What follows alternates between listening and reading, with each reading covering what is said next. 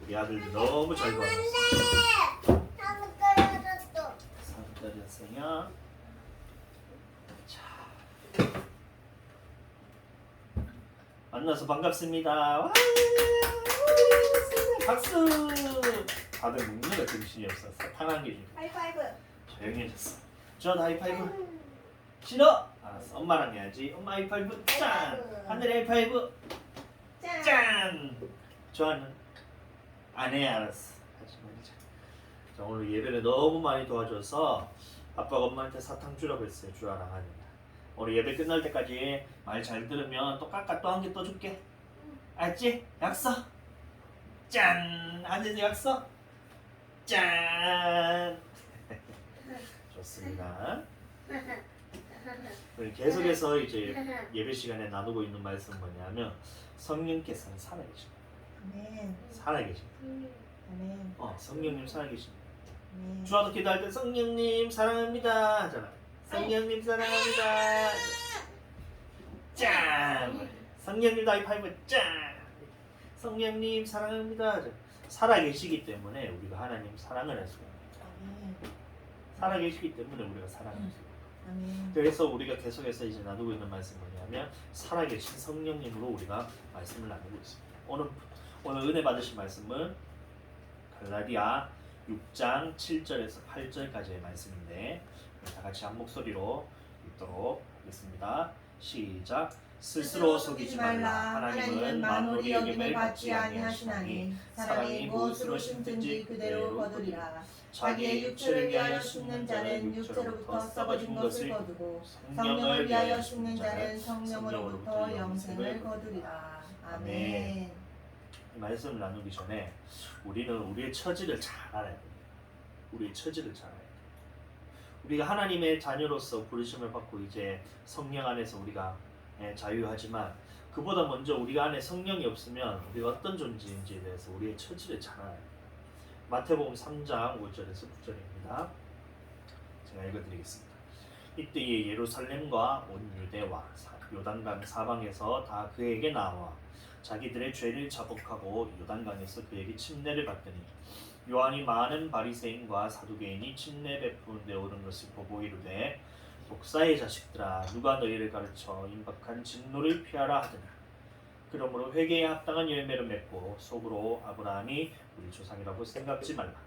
내가 너희에게 이르노니 하나님이 능히 이 돌들로도 아브라함의 자손이 되게 하리라. 여기서 보면 독사의 자식들입니다. 침례 요한이 그 요단강으로 나오는 바리새인과 사두개인을 보고 독사의 자식들하고 있는데 그 바리새인들이고 사두개인이기 때문에 독사의 자식이 아닌 거예요.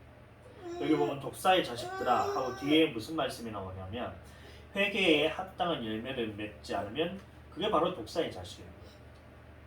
회개에 합당한 열매를 맺지 못하는 사람이 독사의 자식이에요. 그러면 믿는 자들 안에서도 독사의 자식이 나올 수가 있다. 이방인들이 많이 났어요. 온 유대와 사마리아와 요단강 사방에서 다 침례 요한에게 나왔는데 그 사람들은 이제 예수님을 믿고 회개하여 돌이켰어요. 근데 내 안에 회개함이 없고 회개에 합당한 열매가 맺지 않으면 비록 바리새인은 뭐냐면 믿는 자들이었거든요. 그 당시 유대인들이. 그러면 유대인들이라 할지라도 믿는 자라 할지라도 회개에 합당한 열매가 없다면 그게 바로 독사의 자식입니다. 우리도 마찬가지입니다. 우리가 예수님을 믿는다는 이름을 가졌지만 우리 안에 회개에 합당한 열매가 없다면 그것이 바로 독사의 자식입니다. 이것이 우리의 처지라는 것입니다. 그런데 여러분 회개라는 말은 뭐냐면 우리의 모든 뜻을 내려놓고 하나님의 뜻으로 돌이키는 것이 바로 회개예요. 우리의 모든 것을 내려놓고 하나님의 것으로 돌이키는 것이 바로 회개입니다. 이게 회개인데 근데 바리새인들과 사두개인들이 말씀을 누구보다 잘 알았어요.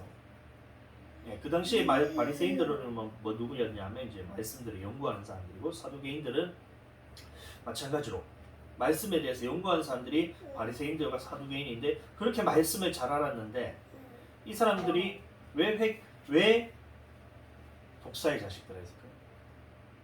말씀을 잘 알았으면 그만큼 말씀으로 돌이키려고 많이 노력을 했을 건데 왜 그랬을까요? 왜 그러냐면 성령이 없었기 때문에. 이거에 대해서 잠깐 설명을 같이 나누도록 하는데요. 요한복음 14장 26절입니다. 보혜사 곧 아버지께서 내 이름으로 보내실 성령 그가 너희에게 모든 것을 가르치시고 내가 너희에게 말한 모든 것을 생각나게 하시리라. 성령께서 너희에게 모든 것을 가르치시고 말한 것을 생각나게 한다. 그러면 다시 말하면 우리가 가진 이 모든 성경을 볼 때 성령 없이 보게 된다면 우리가 아무리 말씀을 보더라도 이것이 이해가 되죠.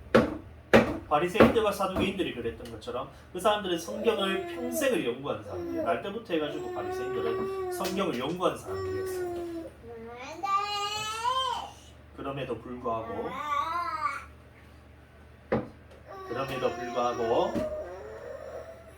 성령이 없으니까 하나님의 말씀을 이해하지 못했답니다.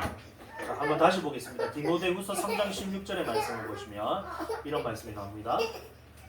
모든 성경은 하나님의 감동으로 된 것으로 교훈과 책망과 바르게 함과 의로 교육하기에 유익하니 모든 성경은 하나님의 감동으로 되어 하나님의 영으로 쓰여졌다는 겁니다. 그래서 하나님의 말씀은 하나님의 영이 없으면 성령이 없으면 하나님의 말씀이 이해할 수가 없는 거예요. 예. 고린도전서 2장 10절 11절도 말씀 나온 제가 읽어드리겠습니다. 잘 들어보세요. 오직 하나님이 성령으로 이것을 우리에게 보이셨습니다. 성령은 모든 것 곧 하나님의 깊은 것이라도 통달하시느니라. 사람의 사정을 사람의 속에 있는 영 외에는 누가 알리리라. 이와 같이 하나님의 사정도 하나님의 영 외에는 알지 못하느니라. 이것처럼 하나님의 영이 없으면 성령이 없으면 우리는 하나님의 뜻을 이해할 수도 없는 겁니다. 하나님의 말씀을 많이 본다고 해서 그것이 우리가 말씀을 이해하는 것이 아니라 성령의 도우심 없이는 하나님의 말씀을 이해할 수 없다. 이 시대에 많은 사람들이 성경을 연구하는 사람들이 있어요. 바리새인들과 같이 평생을 성경을 연구하는 사람들이 있어요. 그러나 성령이 없이 연구하는 사람들의 말씀들을 책들을 다 보면 어떠냐면 각자 자기 생각을 해요. 같은 말씀을 보고도 하나님의 도우심이 없으니까 자기 생각을 냅니다. 그리고 이 자기 생각을 낸 것들이 서로 이렇게 막 연구를 하면서 논쟁을 하면서 이것들이 하나하나 쌓여가요. 평생을 쌓아가서 노력을 하는데도 결국에는 어떻게 되냐면 하나님의 진리의 말씀에 이르지 못하는 거예요. 성령의 도우심 없으면 하나님의 말씀을 보아도 우리가 깨달을 수 없는 거예요. 고린도전서 2장 13절의 말씀 한번 보겠습니다. 우리가 이것을 말하거니와 사람의 지혜에 가르친 말로 아니하고 사람의 지혜의 말로 가르친 말로 아니했다 했어요. 그 다음에 뒤에 말씀이 오직 성령에 가르치신 것으로 하니 신령한 것은 신령한 것으로 분별하느니라. 말씀이 잘렸는데 제가 다시 한번 읽어드리겠습니다. 고린도전서 13절입니다. 제가 다시 읽어드리겠습니다. 우리가 이것을 말하거니와 사람의 지혜에 가르친 말로 아니하고 오직 성령에 가르친 것으로 하니 신령한 일은 신령한 것으로 분별하느니라. 이렇게 되어 있습니다. 그럼 14절 말씀도 보겠습니다. 육에 속한 사람은 하나님의 성령의 일을 받지 아니하나니 저희에게는 미련하게 보이며 또 깨닫지 못한다. 육에 속한 사람들은 하나님의 말씀을 깨닫지 못한다. 다시 말하면 성령이 없으면 우리는 하나님의 말씀을 깨닫지를 못한다. 성령의 도우심이 없어요. 그래서 침례 요한에게 많은 바리새인들과 사두개인들이 찾아왔을 때에 독사의 자식들아 이렇게 했을 때 회개의 열매를 맺지 못했어요. 회개에 합당한 열매가 없었기 때문에 독사의 자식들아 했는데 사두개인들과 바리새인들이 결정적으로 없었던 것이 뭐냐면 회개라는 것이 아까도 말했다시피 하나님의 말씀으로 돌이키는 것이 회개인데 하나님의 뜻으로 돌이키는 것이 회개인데 성령이 없으니까 이 하나님의 뜻을 이해하지 못하는 거예요. 하나님의 뜻을 이해하지 못하기 때문에 하나님의 뜻을 이해하지 못하기 때문에 사도 요한이 침례 요한이 얘기하는 것이 독사의 자식들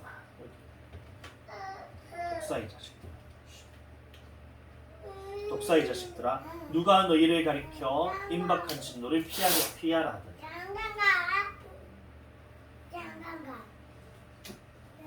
마태복음 12장 34, 35절의 말씀 한번 보겠습니다. 독사의 자식들아, 너희는 악하니 어떻게 선한 말을 할 수 있느냐? 이는 마음에 가득한 것을 입으로 말하느라. 독사의 자식들아, 너희는 악하니 어떻게 선한 말을 할 수 있느냐? 이는 마음에 가득한 것을 입으로 말하느라. 선한 사람은 그 쌓은 선에서 선한 것을 내고 악한 사람은 그 쌓은 악에서 악한 것을 내느니라. 선한 사람은 그 쌓은 선에서 선한 것을 내고 악한 사람은 그 쌓은 악에서 악한 것을 내느니라. 이렇게 얘기하고 있는데 우리가 성령이 없다면 우리 속에 선한 것이 없어요. 성령이 선한 것이기 때문에 우리 속에 성령이 없다면 선한 것이 없는 것입니다. 그래서 우리는 성령이 없다면 우리 속에는 항상 악한 것이 쌓일 수밖에 없어요. 그래서 쌓은 악에서 악한 것이 나올 수밖에 없어요. 성령이 없다. 그래서 침례 요한이 말하길 독사의 자식들아 이렇게 너희 안에 있는 것이 악한 것밖에 없기 때문에 이 쌓은 악에서 말하는 것마다 하나님의 말씀을 가지고 말하지만 내 속에 성령이 없기 때문에 나가는 것이 뭐냐면 육신의 것이에요. 악한 것이에요. 쌓은 악으로 나간다. 이게 독사의 자식입니다. 그리고 이것이 우리의 처지예요. 성령이 없다면 우리도 마찬가지. 우리는 내 안에 성령께서 충만하지 않고 성령께서 역사하지 않으면 성령으로 쌓이지 않으면 우리 속에서 나갈 수 있는 것은 뭐냐면 육신의 일밖에 없다. 육신의 일밖에 없고 결국에는 이 모든 것들이 나가는 것들이나 우리 안에 쌓이는 것들이나 육신의 것밖에 없기 때문에 결국에는 어떻게 되냐면 우리에게 사망밖에 없다. 로마서 8장 5절 8절까지 말씀합니다. 제가 읽어드리겠습니다. 육신을 쫓는 자는 육신의 일을 영을 쫓는 자는 영의 일을 생각하나니 육신의 생각은 사망이요 영의 생각은 생명과 평안이니라. 육신의 생각은 하나님과 원수가 되나니 이는 하나님의 법에 굴복치 아니할 뿐 아니라 할 수도 없습니다. 육신에 있는 자들의 하나님을 기쁘시게 할 수 없느니라. 이렇게 얘기합니다. 육신에 쫓는 자는 육신의 일을 생각하고 영을 쫓는 자는 영의 일을 생각한다 했는데 그러면 다시 말해서 내 안에 성령이 있다면 내 안에 있는 성령을 쫓아 행한다면 우리는 영의 일을 생각한다. 그러나 내 안에 성령이 없다면 우리는 육신을 따라갈 수밖에 없다는 겁니다. 결국에 어떻게 되냐면 이 육신의 생각대로 끌려가다가 결국에는 사망으로 끌려가고 내 안에 성령이 계시다면 성령을 쫓아가서 성령의 생각을 쫓아가서 결국에는 우리는 생명을 얻을 수가 있다. 내 안에 육신이 있다면 어떻게 되냐면 하나님과 원수가 됩니다. 독사의 자식과 같이 하나님과 원수가 된다는 겁니다. 왜 그러냐면 내 안에 성령이 없다면 하나님의 법에 굴복치 아니할 뿐만 아니라 하나님의 법에 굴복할 수가 없습니다. 성령께서 하는 일이 내 안에서 하나님의 법에 굴복시킬 수 있는 능력이 어디서 나오냐면 내 안에 계신 성령께서 나오는데 다시 말하면 내 안에 성령이 없다면 하나님의 말씀을 수천 번 읽고 수만 번 읽더라도 하나님의 말씀에 굴복할 수 있는 능력이 없다는 겁니다. 내 안에 성령이 없다. 바리새인과 사두개인이 그랬습니다. 그리고 오늘날 성령이 없다면 우리도 마찬가지입니다. 내가 성경을 수천 번 수만 번 읽더라도 내 안에 성령이 없으면 하나님의 말씀에 하나님의 법에 굴복치 아니할 뿐 아니라 할 수도 없다. 하나님의 법에 굴복할 수 없다. 그러니까 침례 요한이 이제 오는 바리새인들과 사두개인들을 보고 하는 말이 뭐냐면 독사의 자식들아 너희가 회개에 합당한 열매를 맺고 너희가 친히 아브라함의 자손이라고 생각지 마. 하나님께서는 이 돌들로도 아브라함의 자손이 되게 하십니다. 우리도 마찬가지입니다. 내 안에 성령을 통해서 하나님의 말씀에 굴복하지 않는다면 하나님의 말씀에 온전히 내가 하나님 앞에서 포기하지 않는다면 침례 요한이 우리에게 말했던 것처럼 이전에 예수님께서 우리에게 말했던 독사의 자식입니다. 이것이 우리의 처지입니다. 성령을 통해서 우리가 하나님 말씀에 굴복지 않으면 예수님께서 다시 오셔서 우리에게 말할 때는 하나님 우리는 평생을 하나님 말씀을 보고 우리가 하나님의 예배 드리고 하나님 앞에서 우리가 찬양하고 하나님 앞에서 기도했는데요. 근데 내 안에 성령 안에서 하나님의 말씀 안에 굴복지 않으면 예수님께서 똑같이 말합니다. 독사의 자식. 이것이 우리의 처지라는 거죠. 로마서 8장 9절입니다. 만일 너희 속에 하나님의 영이 거하시면 너희가 육신에 있지 아니하고 영에 있나니 누구든지 그리스도의 영이 없으면 그리스도의 사람이 아닙니다. 우리 안에 성령이 없으면 그리스도의 사람이 아니야. 내가 예수님 믿는데요 입으로 고백한다고 해서 우리가 그리스도인이 아니란 거죠. 성령께서 우리에게 임하시고 내가 그리스도의 영이 있는 사람이 바로 그리스도의 사람. 성령이 있는 사람이 그리스도의 사람. 내가 예수님 믿는데요 입으로 고백한다고 내가 그리스도의 사람이 되는 것이 아닙니다. 물론 입으로 고백하는 것도 중요하지만 그것이 다가 아니라는 거예요. 만일 너희 속에 하나님의 영이 거하시면 너희가 육신에 있지 아니하고 영이 있다. 누구든지 그리스도의 영이 없으면 그리스도의 사람이 아니라는 거예요. 그럼 그리스도의 영이 있는 사람이 그리스도의 사람이라는 거죠. 제자들은 이것을 깨달았어요. 그래서 사도행전 2장에 보면 오순절 날 마가다락방에서 성령이 임하는 사건이 나오는데요. 그 말씀이 나옵니다. 저희가 다 성령의 충만함을 받고 성령이 말하게 하심에 따라 다른 방언으로 말하기를 시작하니라. 제자들이 성령을 충만함을 받았어요. 그렇게 해서 어떻게 됐냐면 예루살렘 거리로 나가서 어떤 것을 전하면 성령이 오신다는 것을 전했어요. 보겠습니다. 사도행전 2장 33절입니다. 하나님이 오른손으로 예수를 높이심에 그가 약속하신 성령을 아버지께 받아서 너희 보고 듣는 이것을 부어주십니다. 예수님을 믿으라 전한 것, 예수님을 믿으라고만 전한 것이 아니라 제자들이 전했던 것이 뭐냐면 예수님께서 하나님께서 오른손으로 예수를 높이심에 예수님께서 약속하신 성령을 아버지께 받아서 너희에게 보고 듣는 이것을 부어주셨다고 전합니다. 성령 받은 사건을 전합니다. 사도행전 2장 38절도 보겠습니다. 베드로가 가로되 너희가 회개하여 각각 예수 그리스도의 이름으로 침례를 받고 죄사함을 얻으라. 그리하면 성령을 선물로 받으리니. 여기서 베드로가 예루살렘 거리에서 3,000명이나 되는 사람들 앞에서 더 많았겠죠. 3,000명을 회개하고 돌아온 숫자니까. 거기서 말하는 것이 뭐냐면 너희가 각각 회개하여 예수 그리스도의 이름으로 침례를 받고 죄사함을 얻으라. 그리하면 성령을 선물로 받으리니. 하나님. 여기서 보면 세 가지가 나오는데 너희가 첫 번째는 뭐냐면 회개하여 각각 예수 그리스도의 이름으로 침례를 받고. 회개와 침례 이건 같은 의미입니다. 회개가 뭐냐면 아까도 말했다시피 나의 모든 뜻을 버리고 하나님의 뜻을 따르는 거예요. 침례가 뭐냐면 나는 죽고 예수로 다시 사는 거예요. 나의 이전 모든 것은 육신의 것은 죽고 다시 예수로 살겠다. 이게 뭐냐면 침례예요. 이전에 있던 나의 모든 뜻을 접고 하나님의 뜻으로 살겠습니다. 이게 회개고 회개와 침례는 같은 의미입니다. 그래서 첫 번째는 침례예요. 그 다음에 침례를 받고 두 번째는 뭐냐면 죄사함인 거죠. 침례를 받고 죄사함을 얻으라. 예수 그리스도의 피로써 너희가 죄사함. 예수 그리스도께서 십자가에 달려서 돌아가심으로 인해서 우리는 죄사함을 받을 수 있다. 그래서 죄사함을 받는데 예수님을 믿고 실제로 예수님으로부터 죄사함을 얻으라. 예수님으로부터 용서받았다는 그 확실한 사인이 있을 때까지 죄사함을 얻으라. 그리하면 세 번째는 뭐냐면 성령을 선물해 주시오. 침례, 죄사함, 성령 이 세 가지를 같이 묶어서 보고 있는데 이거 뒤에 보면 뭐라고 나오냐면 이것을 보고 생명을 얻는 회개라고 하고 있어요. 사도행전 10장 43절을 보시면 고넬료 집에서 성령을 받은 사건이 나타납니다. 사도행전 10장 43절을 한번 보겠습니다. 저에 대하여 모든 선지자도 증거하되 저를 믿는 사람들이 다 그 이름을 힘입어 죄사함을 받는다 하였느니라. 여기서 보면 그 이름을 힘입어 죄사함을 받았습니다. 죄사함을 받고 10장 44에서 46절을 보시면 베드로가 이 말을 할 때에 성령이 말씀 듣는 모든 사람에게 내려오시니 베드로와 함께 온 할례 받은 신자들이 이방인들에게도 성령 부어주심을 인하여 놀라니 이는 방언을 말하며 하나님 높임을 들음이라. 두 번째는 뭐냐면 성령 부어주심이 있습니다. 첫 번째는 죄사함을 입었고 두 번째는 성령 부어주심이 있었다는 겁니다. 그리고 47절 48절도 같이 보시면 이에 베드로가 가로되 이 사람들이 우리와 같이 성령을 받았으니 누가 능히 물로 침례 줌을 금하리요 하고 명하여 예수 그리스도의 이름으로 침례를 주라 하리라. 이렇게 얘기했어요.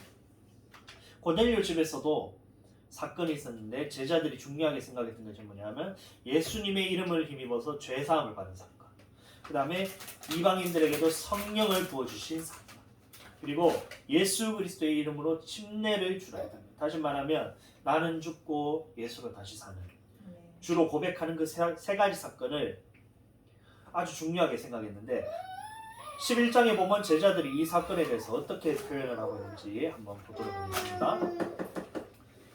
11장 15절에서 17절까지의 말씀입니다. 내가 말을 시작할 때에 성령이 저희에게 임하시기를 처음 우리에게 하신 것과 같지 않은지라.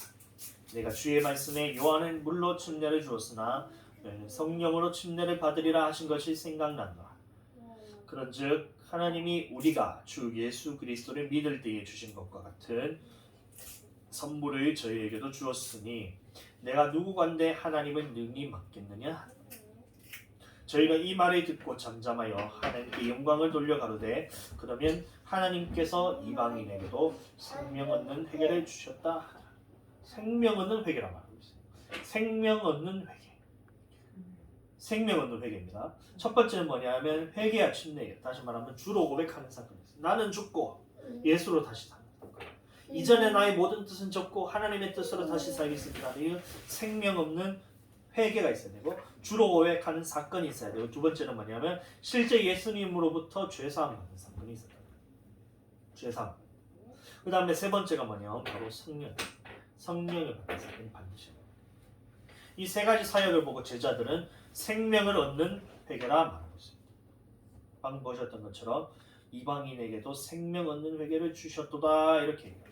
다시 마태복음 3장 8절로 한번 돌아가서 보면 그러므로 회개에 합당한 열매를 맺고 이렇게 얘기합니다. 네. 침례 요한에게 바리새인과 사두개인이 왔을 때 침례 요한이 이렇게 얘기했는데 그러므로 회개에 합당한 열매를 맺으라 했는데 여기서 회개는 뭐냐면 생명을 얻는 회개. 생명을 얻는 회개에 합당한 열매를 맺어. 다시 말하면 내가 예수님으로 죽고 나는 죽고 예수님으로 다시 사는 침례. 다시 말하면 회개. 하나님으로 돌이키는 그 회개가 있어야 돼요. 다시 말하면 주로 고백하는 사건이 있어야 되고 그 다음에 예수님으로부터 예수 피로 힘입어서 예수의 그 십자가에 달리신 그 공로를 힘입어 내가 죄사함 받는 사건이 있어요. 그 다음에 성령이 임하시는 사건이 있어요. 그래서 그 회개에 합당한 열매를 맺고 다시 돌아와서 이렇게 하는데 그 다음 구절이 뭐냐면 바로 이건 거예요. 예수님 침례 요한이 말하기를 나는 죄사함을 위해서 너희에게 물로 침례를 베풀었거니와 내 뒤에 오시는 이는 나는 그의 신들매 풀리고 등장하지 못하겠으니 그는 물과 성령과 불로써 너희에게 침례를 주니 예수님께서 성령으로 침례를 주니 그러니까 성령이 침례 받을 때에 성령으로 침례를 받을 때에 그때 너희가 이제 하나님께로 다시 돌이킬 수 있다. 회개에 합당한 열매를 맺고 이렇게 얘기합니다. 바리새인과 사두개인이 침례 요한에게 찾아왔을 때 요한이 말하기를 너희가 회개에 합당한 열매를 맺으라 했을 때 이것은 정죄하는 말이야. 정죄하는 말로서 너희는 이제 버리고 기존에 있던 이방인들을 침례를 주면서 죄사함을 주고 예수님을 믿게 하는 그 역사가 아니고 침례 요한이 말했던 것은 정죄하는 것이 아니라 기회를 주는 것이에요. 왜 그러냐면 지금은 너희가 성령이 없기 때문에 하나님의 말씀을 보더라도 너희가 이 회개에 합당한 열매를 맺을 수가 없다. 그러나 내 뒤에 오시는 예수님께서 너희에게 성령을 보내주시면 너희가 성령을 받으면 그때 되면 너희가 회개에 합당한 열매를 맺을 수 있게 될 것이라는 기회를 주십니다. 우리도 마찬가지입니다. 우리가 말씀을 보았을 때 우리 안에 성령이 없다면 하나님의 뜻이 무엇인지도 알 수도 없고 우리가 하나님의 뜻대로 행할 수도 없고 하나님의 법에 굴복할 수 없다 했어요. 그러나 우리 안에 성령께서 오시면 우리는 하나님께서 원하시는 뜻대로 돌이킬 수 있고 하나님의 뜻이 무엇인지 분별을 할 수 있고 하나님의 뜻대로 돌이킬 수 있고 생명 없는 회개를 우리가 얻을 수 있다. 이것입니다. 그러나 여러분 성령의 열매는 그냥 열리는 것이 아닙니다. 우리가 열매를 얻기까지는 가장 먼저 뭐 해야 되냐면 씨앗을 심어야 돼요. 나무가 열매를 맺기까지는 먼저 씨앗을 심어야 되고 그 다음에 물도 주어야 돼요. 그 다음에 그 땅에 영양분도 공분을 해줘야 되고 그 다음에 하나님께서 부어주시는 그 햇빛도 있어요. 이 모든 것들이 다 충족될 때 나무가 자라고 열매가 열립니다. 그냥 하루아침에 열매가 열리면 얼마나 좋겠어요. 그러나 열매라는 것은 뭐냐면 많은 노력이 있어야 되고 시간이 필요합니다. 마찬가지로 성령의 열매도 마찬가지입니다. 성령의 열매를 맺기 위해서는 먼저 성령의 씨앗을 심어야 됩니다. 육신의 씨앗으로 아무리 심어봐야 그러면 자라나는 것은 나무는 뭐냐면 육신 나무죠. 그러면 먼저 무엇을 심어야 되면 성령의 씨앗으로 심어야 됩니다. 그 성령으로서 물도 줘야 되고 그 성령으로서 영양분 공급도 받아야 되고 성령으로서 빛도 있어야 돼요. 씨앗을 심는데 우리가 사과나무를 심으면서 거둘 때에 배나 아니면 감이 열릴 것이라 생각하는 사람은 아무도 없을 것이다. 성령으로 심는다는 것은 먼저 뭐냐면 하나님의 말씀이 영이기 때문에 하나님의 말씀으로 심어야 한다는 것입니다. 요한복음 6장 63절입니다. 살리는 것은 영이니 육은 무익하니라. 내가 너희에게 이른 말이 영이요 생명이다. 다시 말하면 예수께서 우리에게 말씀하신 그 말이 영이고 생명이기 때문에 우리 마음속에 하나님의 말씀, 예수님의 말씀으로 심어야지 우리가 예수님의 말씀을 낳아요. 내 속에 성령의 씨앗이라 했는데 이건 뭐냐면 씨앗은 결국에는 우리 안에 부어주신 하나님의 말씀으로 심었을 때 이것이 자라요. 말씀만 뿌렸다고 해서 그것이 다 자라나요? 아니잖아요. 우리에게 물을 줘야 된다 했는데 그 물이 뭐냐 하면 생명수를 공급받아야 되는데 계시록 22장 1절에서 2절 말씀 보겠습니다. 또 저가 수정같이 맑은 생명수의 강을 내게 보이시니 하나님과 및 어린 양의 보좌로부터 나서 길 가운데로 흐르더라. 천국에서도 보면 생명수 강이 흐르는 그 좌우로 생명나무잖아요. 생명나무조차도 생명수 강이 있어요. 물이 있어요. 강좌우에 생명나무가 있어 12가지 실과를 맺되 달마다 그 실과를 맺히고 그 나무 잎사귀는 왕국을 소성하기 위하여 있더라. 이 물이 어디로부터 나왔냐면 하나님과 그 어린 양의 보좌로부터 나왔다. 예수님께로부터 그 물이 나왔다. 요한복음 4장 14절 말씀 보겠습니다. 내가 주는 물을 먹는 자는 영원히 목마르지 아니하리니 나의 주는 물은 그 속에서 영생하도록 솟아나는 샘물이 되리라. 다시 말하면 이것이 말하면 성령입니다. 예수께서 보내주시는 성령을 통해서 우리 안에서 영생하도록 솟아나는 샘물이 됩니다. 그래서 이 생명수로서 우리가 말씀을 먼저 심었으면 우리의 성령을 안에서 우리가 기도함으로 이것을 자라게 물을 줘요. 씨앗만 심었다고 말씀만 들었다고 되는 것이 아니라 우리가 기도가 필요하고 성령 안에서 그 기도가 필요한 것이 뭐냐면 씨앗이 자라게 하게끔 우리에게 물을 줘야 돼요. 영원토록 영생하도록 솟아나는 샘물로서 우리가 물을 주어야지 이 씨앗이 자랄 수 있다는 거예요. 그 좋은 영양소가 있어요. 이건 결국엔 땅과 관련된 말인데요. 누가복음 8장 15절 말씀입니다. 좋은 땅에 있다는 것은 착하고 좋은 마음으로 말씀을 듣고 지키어 인내로 결신하는 자리라. 좋은 땅이라는 것입니다. 영양소가 골고루 풍부한 땅이라는 것은 뭐냐면 여기서 보면 착하고 좋은 마음으로 말씀. 하나님의 말씀을 들었을 때는 이 착하고 좋은 마음이 됐을 때 착하다는 말은 뭐냐면 하나님의 말씀이라면 내가 순종하겠습니다. 복종하는 거예요.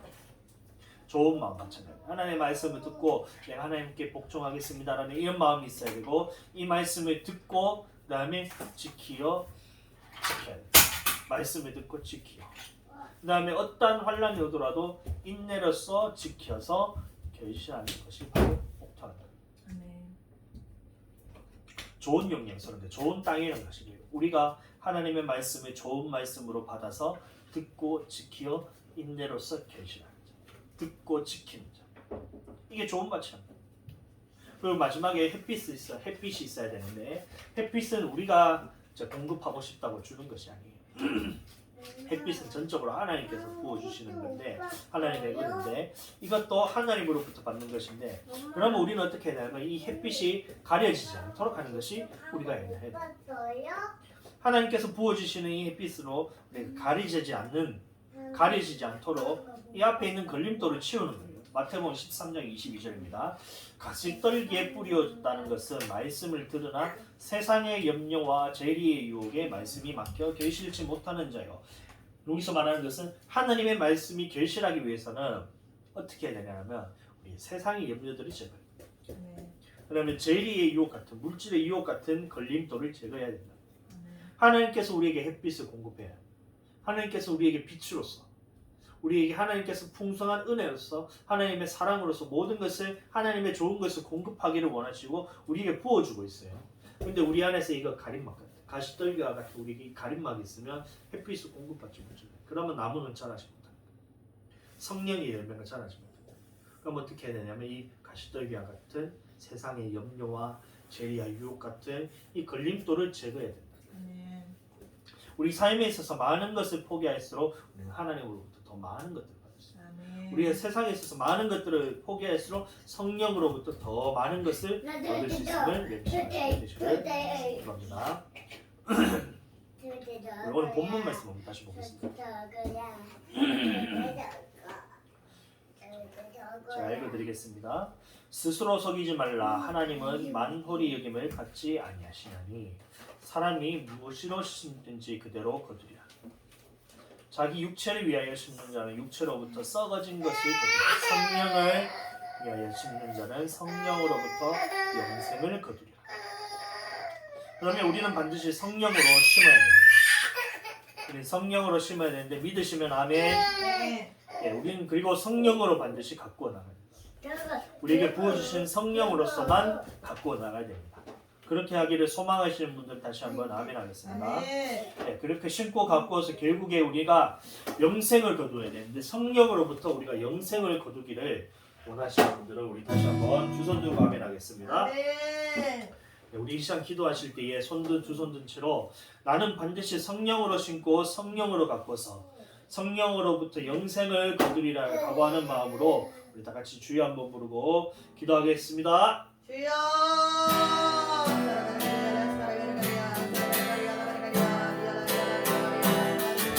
주의 세계에 살고 있습니다.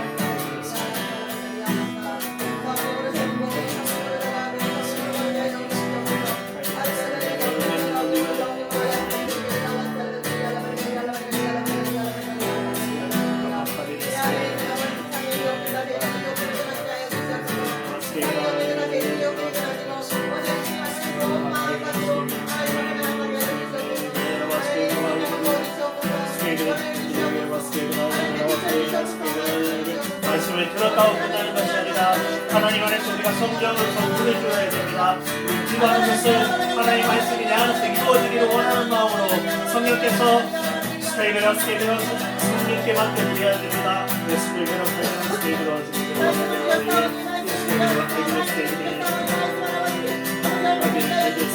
자라게 하여 주시옵소서. 하나님의 스테이블에